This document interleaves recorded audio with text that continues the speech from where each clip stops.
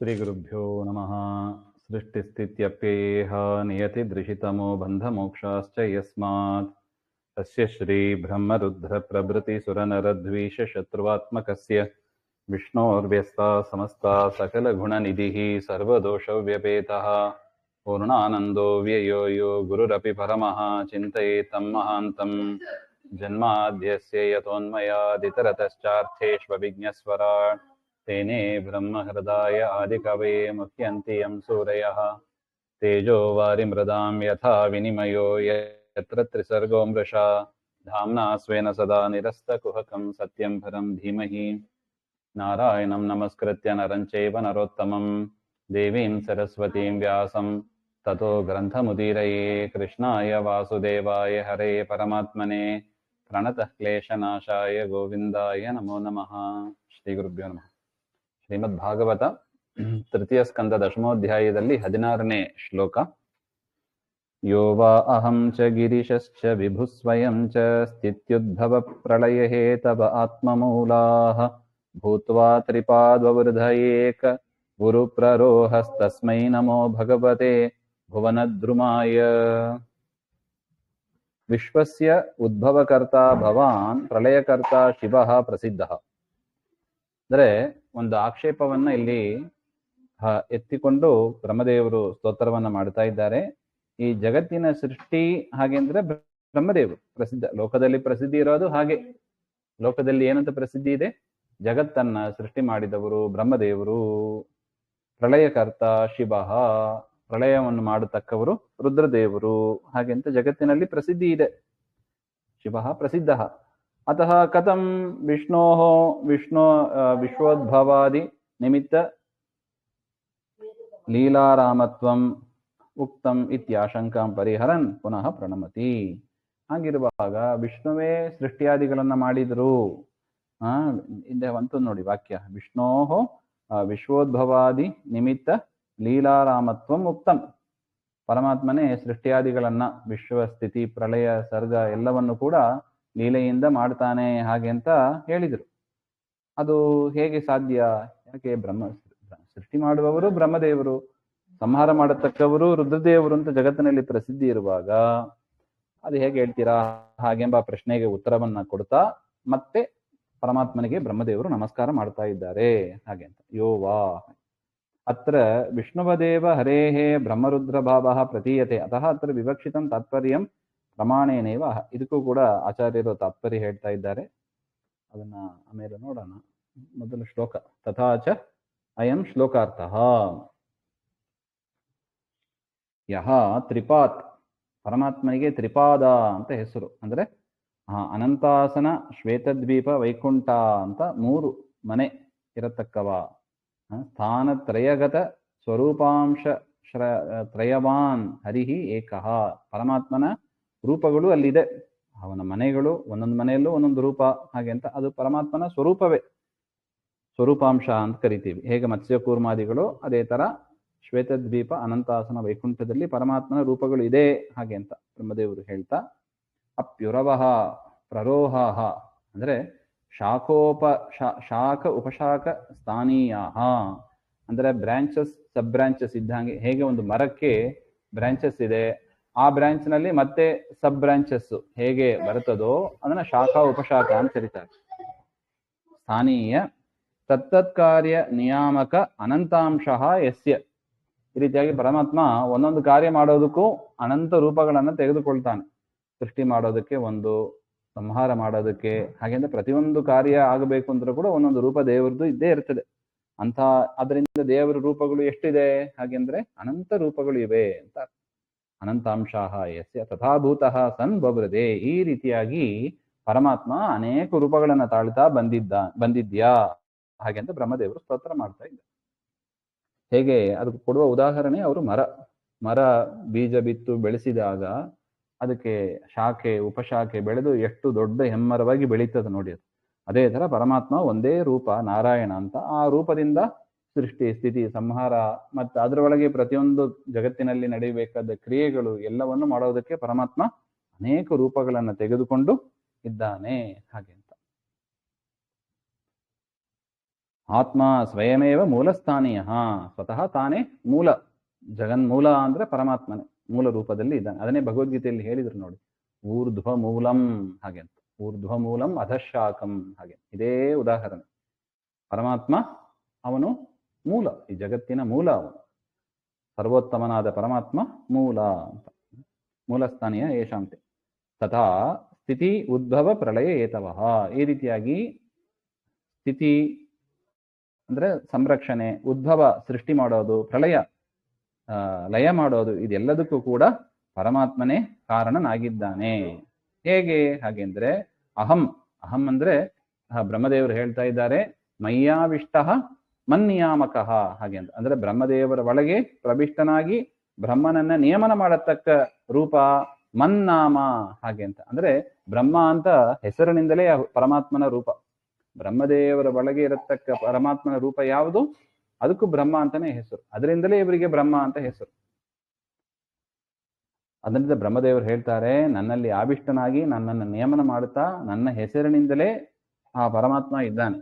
ಅಂದ್ರೆ ಏನರ್ಥ, ಪರಮಾತ್ಮ ಆ ಹೆಸರಿನಿಂದ ಆ ರೂಪದಿಂದ ಆ ಕ್ರಿಯೆಯನ್ನು ಮಾಡ್ತಾ ಇರೋದ್ರಿಂದಲೇ ಬ್ರಹ್ಮದೇವರಿಂದ ಆ ಕಾರ್ಯ ಆಯ್ತು. ಇದು ಬ್ರಹ್ಮದೇವರಿಗೆ ಮಾತ್ರ ಇಲ್ಲ, ಪ್ರತಿಯೊಂದು ಜೀವರಾಶಿ ಇರ್ಬೋದು, ಜಡ ಇರ್ಬೋದು, ಇದೆ ದೇವರು ಆವಿಷ್ಟನಾಗಿ ಅದನ್ನ ಪ್ರೇರಣೆ ಮಾಡ್ತಾನೆ, ನಿಯಮನ ಮಾಡ್ತಾನೆ. ಅದರಿಂದ ಶರೀರಗಳು ಕೆಲಸ ಮಾಡುತ್ತವೆ, ಇಂದ್ರಿಯಗಳು ಕೆಲಸ ಮಾಡುತ್ತವೆ. ಅದು ಒಂದೊಂದಕ್ಕೂ ಒಂದೊಂದು ರೂಪದಿಂದ ಪರಮಾತ್ಮ ಇದ್ದಾನೆ. ಅಂದ್ರೆ ಎಷ್ಟು ರೂಪ ತೆಗೆದುಕೋಬೇಕು ನೋಡಿ. ಕಣ್ಣಿಂದ ನೋಡ್ತೀವಿ, ಎಷ್ಟು ಜನ ನೋಡ್ತೀವಿ, ನೋಡ್ಬೇಕು ಅಂದ್ರೆ ಪರಮಾತ್ಮನ ಒಂದು ರೂಪ ಇರಬೇಕು, ಇಲ್ಲದಿದ್ರೆ ಕಣ್ಣಿಗೆ ನೋಡುವ ಶಕ್ತಿ ಇರೋದಿಲ್ಲ. ಅದನ್ನೇ ಬ್ರಹ್ಮದೇವರು ಹೇಳ್ತಾರೆ, ಅಹಂ, ಅಹಂ ಅಂದ್ರೆ ಏನು, ನನ್ನಲ್ಲಿ ಪ್ರವಿಷ್ಟನಾಗಿ ನನ್ನಲ್ಲಿ ನಿಯಾಮಕನಾಗಿ ನನ್ನ ಹೆಸರಿನಿಂದ ಇರತಕ್ಕವ. ಅದೇ ತರ ಗಿರೀಶಶ್ಚ, ರುದ್ರದೇವರಲ್ಲೂ ಅಷ್ಟೆ, ರುದ್ರ ಎನ್ನುವ ಹೆಸರಿನಿಂದ ರುದ್ರದೇವರಲ್ಲಿ ಪ್ರವಿಷ್ಟನಾಗಿ ರುದ್ರದೇವರಲ್ಲಿ ನಿಯಾಮಕನಾಗಿ ಅವರಿಂದ ಎಲ್ಲ ಕಾರ್ಯವನ್ನು ಮಾಡತಕ್ಕವನಿಗೆ ಗಿರೀಶ ಹಾಗೆ ಅಂತ. ಸ್ವಯಂ ಇದು ಸೃಷ್ಟಿ ಮತ್ತು ಸಂಹಾರಕ್ಕೆ. ಇನ್ನು ಸ್ಥಿತಿ, ಸೃಷ್ಟಿ ಸ್ಥಿತಿ ಸಂಹಾರ ಅಂತ ಮೂರು ಇದೆ ಅಲ್ಲವೇ.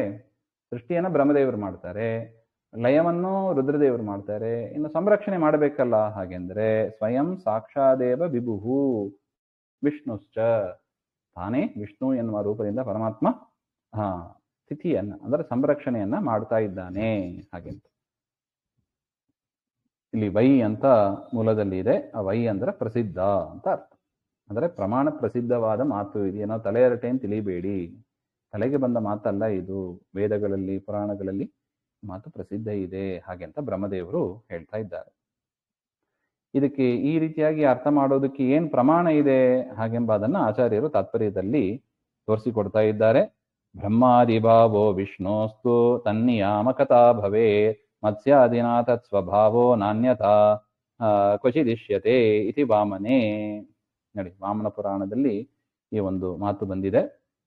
ಬ್ರಹ್ಮಾದಿ ಭಾವ ವಿಷ್ಣೋಸ್ತು ತನ್ನಿಯಾಮಕತಾ ಭವೇ, ಅಂದ್ರೆ ದೇವರನ್ನ ಬ್ರಹ್ಮ ಅಂತ ಕರಿತೀವಿ, ಶಿವ ಅಂತ ಕರಿತೀವಿ. ಯಾಕೆ? ಆ ಹೆಸರಿನಿಂದ ಇದೇ ಅರ್ಥ ಇಟ್ಕೋಬೇಕು.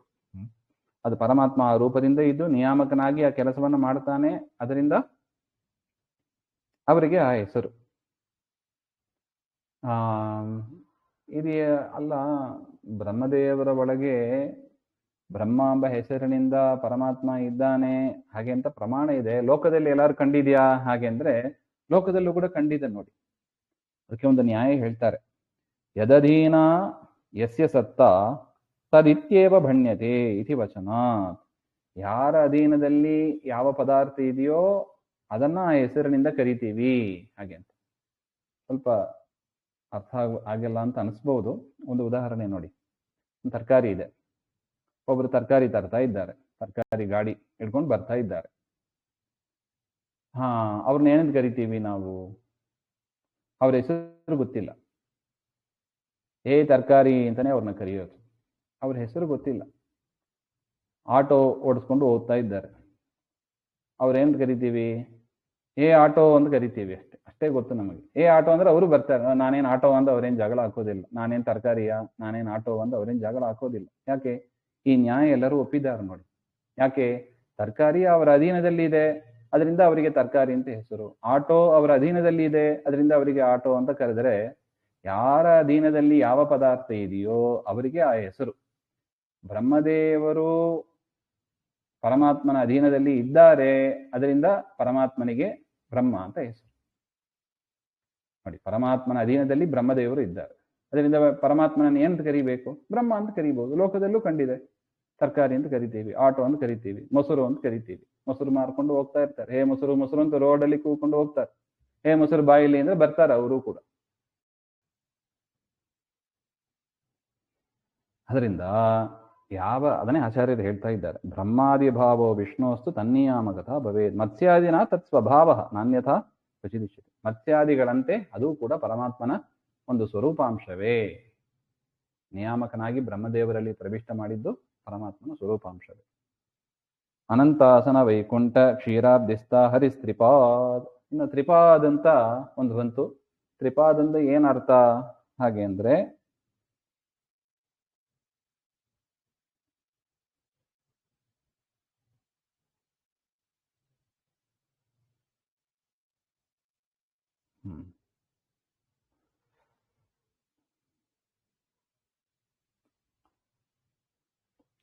ಅಂದ್ರೆ ತ್ರಿಪಾದ ಅಂದ್ರೆ ಬ್ರಹ್ಮಾದಯ ಪಾದ ಸ್ಕಂದಾಹ. ತ್ರಿ ಅಂದ್ರೆ ಬ್ರಹ್ಮಾದಿಗಳು, ಪಾದ ಅಂದ್ರೆ ಸ್ಕಂದ, ಹೀಗೆ ಅಂತೆಲ್ಲ ನಾವು ಅರ್ಥ ಮಾಡಬಾರದು ಎಂಬ ಅದಕ್ಕಾಗಿ ಆಚಾರ್ಯರು ತಪ್ಪಾಗಿ ಅರ್ಥ ಮಾಡಬೇಡಿ, ತ್ರಿಪಾದಂ ಅದನ್ನ ಬಿಡಿಸ್ಬೇಡಿ, ಅದೊಂದೇ ಪದ ಅದು ಅಂತ ತಿಳಿಸಿಕೊಟ್ಟು, ಅನಂತಾಸನ ವೈಕುಂಠ ಕ್ಷೀರಾಬ್ಧಿಸ್ತಃ ಹರಿಹಿ.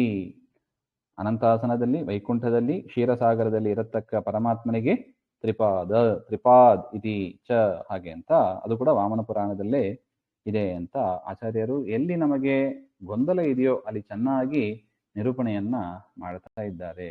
ಹಾಗೆ ಅಂತ ಇನ್ನು ಲೋಕೋ ವಿಕರ್ಮ ನಿರತಃ ಕುಶಲೇ ಪ್ರಮತ್ತಃ ಕರ್ಮಣ್ಯಯಂ ತ್ವದುದಿತೆ ಭವದರ್ಚನೆ ಸ್ವೇ ಯಸ್ತಾವದಸ್ಯ ಬಲವಾನಿಹ ಜೀವಿತಾಶಾಂ ಸದ್ಯಚ್ಚಿನತ್ಯನಿಮಿಷಾಯ ನಮೋಸ್ತು ತಸ್ಮೈ.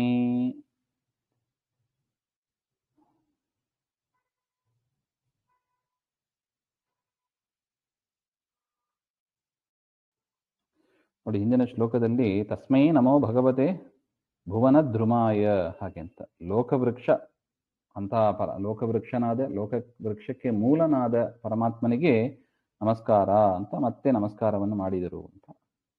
ಇಲ್ಲೂ ಕೂಡ ಭಗವದ್ ಆರಾಧಕಸ್ಯ ಮುಮುಕ್ಷೋಹೋ ನಿಷಿದ್ಧತ್ಯಾಗೇನ ವಿಹಿತಾನುಷ್ಠಾನೇನ ಚ ಅವಶ್ಯಂ ಭಾವ್ಯಂ ಇತಿ ವಿಪಕ್ಷೆ ಬಾಧಕ ಪ್ರದರ್ಶನ ಮುಖೇನ ಉಪಪಾದಯನ್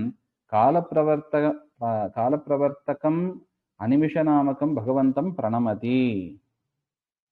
ಅಂದ್ರೆ ಮೋಕ್ಷವನ್ನ ಬಯಸತಕ್ಕವರು ಅವರಿಗೆ ಸ್ವಲ್ಪ ಜವಾಬ್ದಾರಿ ಜಾಸ್ತಿ ಇದೆ.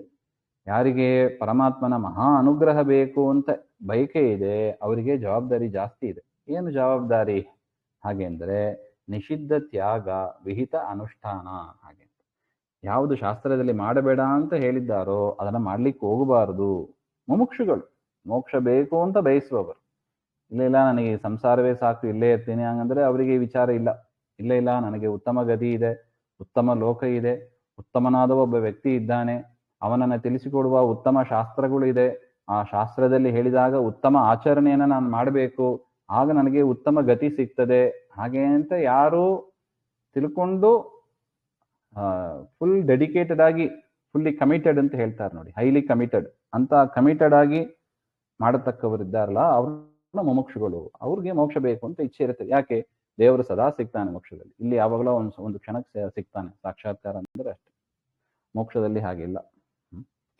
ಅದರಿಂದ ಮೋಕ್ಷಕ್ಕೆ ಹೋಗೋದು ಉತ್ತಮ ಅಂತ ಅಲ್ಲಿದೆ ನಮ್ಮನೆ ಅಂತ ದಾಸರು ಹೇಳಿದ್ದಾರೆ. ಅದರಿಂದ ಮೋಕ್ಷ ಹೋಗೋದಕ್ಕೆ ಮತ್ತೆ ಅಲ್ಲಿ ರೋಗ ರುಜಿನ ಯಾವುದೂ ಇಲ್ಲ, ಮುಪ್ಪು ಸಾವು ಹುಟ್ಟು ಸಾವು ಯಾವುದೂ ಇರೋದಿಲ್ಲ ಅಂತ ಕ್ಷೇಮವಾದ ಲೋಕ, ಮಂಗಳಕರವಾದ ಲೋಕ ಯಾರಿಗೆ ತಾನೇ ಬೇಡ ಹೇಳಿ.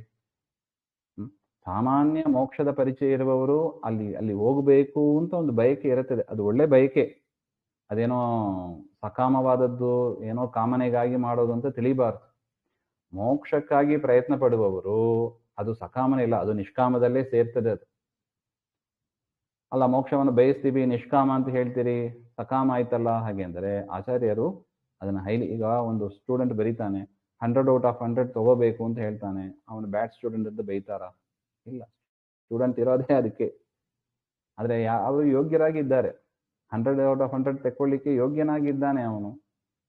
ಅದರಿಂದ ಅವನು ಆ ರೀತಿಯಾಗಿ ಇಚ್ಛೆ ಪಡೋದು ತಪ್ಪಲ್ಲ ಅದು, ಯಾಕೆ ಯೋಗ್ಯ ಅವನು. ಅದೇ ಥರ ಸಜ್ಜನರಿಗೆ ಯೋಗ್ಯವಾದದ್ದು ಅಂದರೆ ಯಾವುದು? ಮೋಕ್ಷ. ಅದರಿಂದ ಮೋಕ್ಷವನ್ನು ಬಯಸೋದು ತಪ್ಪಲ್ಲ ಅದು. ಅಸುರರಾಗಿದ್ದವರು, ತಮೋಯೋಗ್ಯರು, ರಾಜಸರು, ಅವರು ಮೋಕ್ಷವನ್ನು ಬಯಸೋದು ತಪ್ಪು, ಯಾಕೆ ಅವ್ರ ಯೋಗ್ಯತೆ ಮೀರಿತ್ತು. ಅದರಿಂದ ಮೋಕ್ಷವನ್ನು ಬಯಸೋದು ತಪ್ಪಲ್ಲ. ಆ ಮೋಕ್ಷವನ್ನು ಬಯಸುವವರು ಅವರಿಗೆ ಅಂತ ಕೆಲವು ರೂಲ್ಸ್ ಇದೆ. ಈಗ 100 ಔಟ್ ಆಫ್ 100 ತೆಗೋಬೇಕು ಅಂತ ಆಸೆ ಪಡುವವ ಹೇಗೆ ಓದಬೇಕು, ಅವನಿಗೊಂದು ರೂಲ್ಸ್ ಇದೆ. ಅವನು ಇಷ್ಟು ಎಲ್ಲ ಪಾಠಗಳನ್ನು ಚೆನ್ನಾಗಿ ಓದಿ ಬರೆದು ಅಭ್ಯಾಸ ಮಾಡಬೇಕು. ಲಿಖಿತ, ಮೌಖಿಕ ಅಂತ ಏನೇನಿದೆ ಅದು ಎಲ್ಲದರಲ್ಲೂ ಚೆನ್ನಾಗಿ ಅಭ್ಯಾಸ ಆವರ್ತಿ ಮಾಡಿ ಮಾಡಿ ಅಭ್ಯಾಸ ಮಾಡಬೇಕು. ಹಾಗಿದ್ರೆ ಮಾತ್ರ ಸ್ವಲ್ಪ ಶ್ರಮ ಜಾಸ್ತಿ ಇದೆ, ರೆಸ್ಪಾನ್ಸಿಬಿಲಿಟಿ ಜಾಸ್ತಿ ಇದೆ. ನೋಡಿ, ನನಗೆ ಪಾಸ್ ಆದರೆ ಸಾಕು, 50-60 ಬಂದರೆ ಸಾಕು ಅಂತ ಇದ್ರೆ ಇಷ್ಟು ಶ್ರಮ ಬೇಕಾಗಿಲ್ಲ. ಅಷ್ಟೇ ಅವರಿಗೆ ಫಲವೂ ಅಷ್ಟೇ ಇರ್ತದೆ. ಹೇಗೋ ಅದೇ ಥರ ಮುಮುಕ್ಷುಗಳಿಗೆ ಜವಾಬ್ದಾರಿ ಜಾಸ್ತಿ. ಏನು?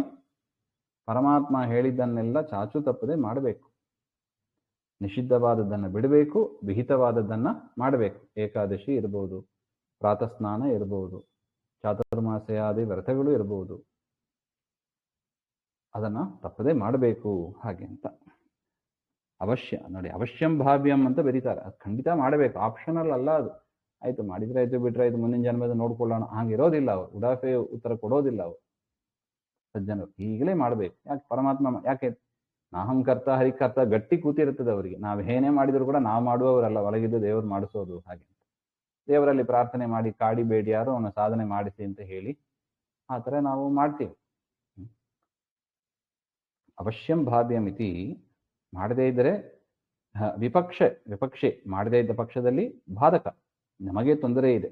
ಅದು ಎರಡನ್ನು ಕೂಡ ಇಲ್ಲಿ ತೋರಿಸ್ತಾ ಕಾಲ ಪ್ರವರ್ತಕನಾದ, ಕಾಲ ನಿಯಾಮಕನಾದ ಪರಮಾತ್ಮನಿಗೆ ನಮಸ್ಕಾರವನ್ನ ಮತ್ತೊಮ್ಮೆ ಬ್ರಹ್ಮದೇವರು ಮಾಡ್ತಾರೆ. ನೋಡಿ ಎಷ್ಟು ನಮಸ್ಕಾರ ನೋಡಿ.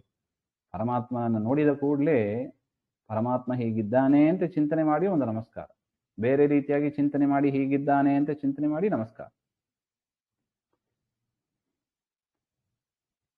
ನಾವು ಸುಮಧ್ವ ವಿಜಯದಲ್ಲೂ ಕೂಡ ನೋಡ್ತೀವಿ ನೋಡಿ, ಆಚಾರ್ಯರು ಬದರಿ ನಾರಾಯಣನನ್ನು ದರ್ಶನ ಮಾಡಬೇಕು ಅಂದ್ರೆ ಎಲ್ಲಾ ರೂಪಗಳ ಚಿಂತನೆಯನ್ನು ತಂದುಕೊಂಡು, ಅವತಾರ ಪ್ರಯೋಜನವನ್ನು ತಂದುಕೊಂಡು ನಮಸ್ಕಾರ ಮಾಡ್ತಾ ಇರ್ತಾರೆ. ಹೇಗೋ ಅದೇ ತರ ಅಯಂ ಲೋಕಃ ವಿಕರ್ಮಣಿ ನಿಷಿದ್ಧೇ ಕರ್ಮಣಿ ನಿತರಾಂ ರತಃ. ನಿಷಿದ್ಧ ಕರ್ಮದಲ್ಲಿ ಯಾರು ಆಸಕ್ತರಾಗಿ ಇರ್ತಾರೆ, ಸ್ವೇ ಅಂದರೆ ಸ್ವೀಯೇ ಸ್ವವರ್ಣಾಶ್ರಮ ವಿಹಿತೆ ಭವತಃ ಅರ್ಚನಂ ಯಸ್ಮಿನ್ ಸ್ವದುದಿತೆ ದತ್ತ ಕಪಿಲ ವ್ಯಾಸಾದಿ ರೂಪೇಣ ತ್ವಯೈವ ಕರ್ತವ್ಯತಾ ಪ್ರತಿಪಾದಿತೆ. ಪರಮಾತ್ಮ ಏನ್ ಮಾಡಿದ್ದಾನೆ? ವರ್ಣಾಶ್ರಮಗಳ ವಿಭಾಗವನ್ನು ಮಾಡಿದ್ದಾನೆ. ಬ್ರಾಹ್ಮಣ, ಕ್ಷತ್ರಿಯ, ವೈಶ್ಯ ಅಂತೆಲ್ಲ ವರ್ಣಗಳು ಇದೆ. ಬ್ರಹ್ಮಚರ್ಯ, ಗೃಹಸ್ಥ, ವಾನಪ್ರಸ್ಥ, ಸನ್ಯಾಸ ಅಂತೆಲ್ಲ ಆಶ್ರಮಗಳು ಇದೆ. ನಾವು ಯಾವ ವರ್ಣದಲ್ಲಿ ಇದ್ದೀವಿ, ಯಾವ ಆಶ್ರಮದಲ್ಲಿ ಇದ್ದೀವಿ, ಅವರು ಸಣ್ಣವರಿದ್ದಾಗ, ದೊಡ್ಡವರಿದ್ದಾಗ, ವಯಸ್ಸಾದಾಗ ಏನೇನ್ ಮಾಡಬೇಕು ಎಲ್ಲವನ್ನು ದೇವರು ಡಾಕ್ಯುಮೆಂಟ್ ಮಾಡಿ ಇಟ್ಟಿದ್ದಾನೆ. ನಮಗೇನು ಗೊತ್ತಾಗ್ತದೆ ಹಾಗೆಂದ್ರೆ ಅದನ್ನು ಹೇಳಿದರು. ದತ್ತ ಕಪಿಲ ವ್ಯಾಸಾದಿ ರೂಪೇಣ ತ್ವಯೈವ ಕರ್ತವ್ಯತಾ ಪ್ರತಿಪಾದಿತೆ. ಪರಮಾತ್ಮನೇ ಅದನ್ನ, ಇದೆಲ್ಲ ನಮ್ಮದು ರೆಸ್ಪಾನ್ಸಿಬಿಲಿಟಿ, ನಮ್ದು ಡ್ಯೂಟಿ ಹಾಗೆ ಅಂತ ದತ್ತ ರೂಪದಿಂದ, ದತ್ತಾತ್ರೇಯ ರೂಪದಿಂದ, ಕಪಿಲ ರೂಪದಿಂದ, ವೇದವ್ಯಾಸ ರೂಪದಿಂದ ಅನೇಕ ಗ್ರಂಥಗಳಲ್ಲಿ, ವೈಷ್ಣವ ಶಾಸ್ತ್ರಗಳಲ್ಲಿ, ಯೋಗಶಾಸ್ತ್ರಗಳಲ್ಲಿ ಸಾಧನೆಯ ವಿಚಾರವನ್ನ ಪರಮಾತ್ಮ ಹೇಳಿ ಇಟ್ಟಿದ್ದಾನೆ. ಅದು ನಮ್ಮ ಒಳ್ಳೆಯದಕ್ಕೆ ಹೇಳಿರೋದು. ಅದು ಮೋಕ್ಷವನ್ನು ಬಯಸುವವರು ಅದನ್ನೆಲ್ಲ ಸರಿಯಾಗಿ ಅರ್ಥ ಮಾಡಿಕೊಂಡು, ಧರ್ಮಶಾಸ್ತ್ರ ಅಂತ ಏನು ಹೇಳ್ತದೆ ಅದರಲ್ಲಿ ಇರುವ ನೋಡಿ, ಒಂದೊಂದು ಮಾಸ ಬಂತು, ಚೈತ್ರ ಮಾಸ ಕರ್ತವ್ಯಗಳು ಏನು ಅಂತ ತಿಳ್ಕೊಂಡು ವಿಚಾರ ಮಾಡಿ ಅದನ್ನ ಮಾಡ್ತಾರೆ. ಹಾಗೆ ಅಂತ ಕುಶಲೇ ಅದು ನಮಗೆ ಒಳ್ಳೇದಾಗ್ತದೆ. ಕ್ಷೇಮಕಾರಿಣಿ ಕರ್ಮಣಿ ಪ್ರಮತ್ತಃ ಅದತ್ತ ಚಿತ್ತ ಯದಾ ವರ್ತತೆ. ಇನ್ನು ಕೆಲವರು ದೇವರು ಹೇಳಿದ್ದನ್ನ ತಿಳ್ಕೊಳ್ಳೋದೂ ಇಲ್ಲ, ತಿಳ್ಕೊಂಡು ಅದನ್ನ ಅದಲ್ಲಿ ಆಧಾರವೂ ತೋರಿಸೋದಿಲ್ಲ, ನೆಗ್ಲೆಕ್ಟ್ ಮಾಡಿಬಿಡ್ತಾರೆ. ಆಯ್ತು ಮುಂದೆ ಮಾಡ್ಕೊಂಡ್ರೆ ಆಯ್ತು, ಎಷ್ಟು ಅಂತ ಮಾಡೋದು, ಈಗಾಗಲೇ ಮೊದಲೇ ಜಾಸ್ತಿ ಮಾಡಿಬಿಟ್ಟಿದೀವಿ, ಹಾಗೆ ನಾವೇ ಡಿಕ್ಲೇರ್ ಮಾಡ್ಕೊಂಡ್ಬಿಡೋದು. ಅದತ್ತ ಚಿತ್ತ ಅಂತ ಬರೀತಾರೆ. ಯದಾ ವರ್ತತೆ ತಾವತ್ ತದಾ ಬಲವಾನ್ ಕೇನಾಪಿ ನಿವರ್ತಯಿತುಂ ಅಶಕ್ಯಃ ಯಸ್ಯ ಜನಸ್ಯ ಇಹಲೋಕೆ ಜೀವಿತಾಶಾಂ ಸದ್ಯ ಕಾಲಕ್ಷೇಪಂ ಅಂತರೇನ ಚಿನತ್ತಿ. ಆ ರೀತಿಯಾಗಿ ಬದುಕುವವರ ಆಯುಷ್ಯ ಅದು ಬೇಗ ಅದು ನಾಶವಾಗಿ ಬಿಡುತ್ತದೆ ಅಂತ ಹೇಳ್ತಾರೆ. ಅಂದ್ರೆ ಅವ್ರು ಬದುಕಿದ್ದೇ ವ್ಯರ್ಥ ಅಂತ ಅರ್ಥ.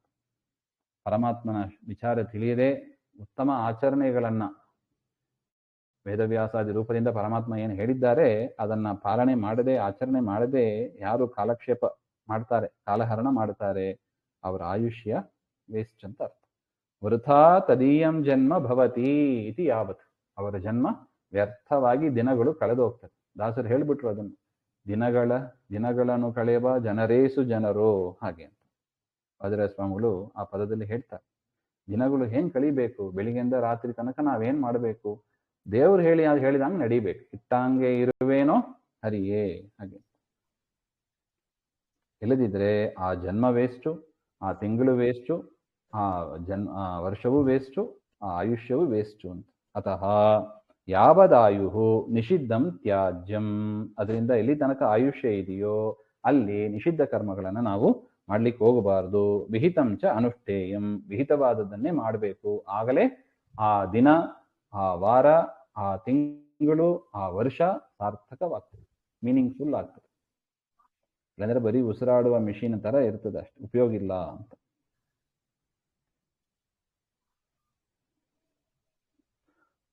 ಈ ರೀತಿಯಾಗಿ ಆ ಕಾಲದ ವಿಚಾರ ಬಂತು. ಅತ್ರಾಪಿ ನಿಮಿಷಪದೇನ ಕಾಲಯೇವ ಉಚ್ಯತೆ ಇತಿ ಅನದಾ ಪ್ರತಿ ನಿವಾರಣೆಯ ಪ್ರಮಾಣನೇವ ತತ್ಪದಾರ್ಥಮಾಹ ಅಂತ ಬರುತ್ತದೆ. ಈ ಶ್ಲೋಕದ ವಿಚಾರ ಇನ್ನೂ ಉಳಿದಿದೆ, ಅದನ್ನ ಮತ್ತೆ ನೋಡೋಣ. ಶ್ರೀ ಮಧ್ವಾಂತರ್ಗತ ಶ್ರೀಕೃಷ್ಣ ಅರ್ಪಣಮಸ್ತು. ಶ್ರೀ ಹರೇ ನಮಃ.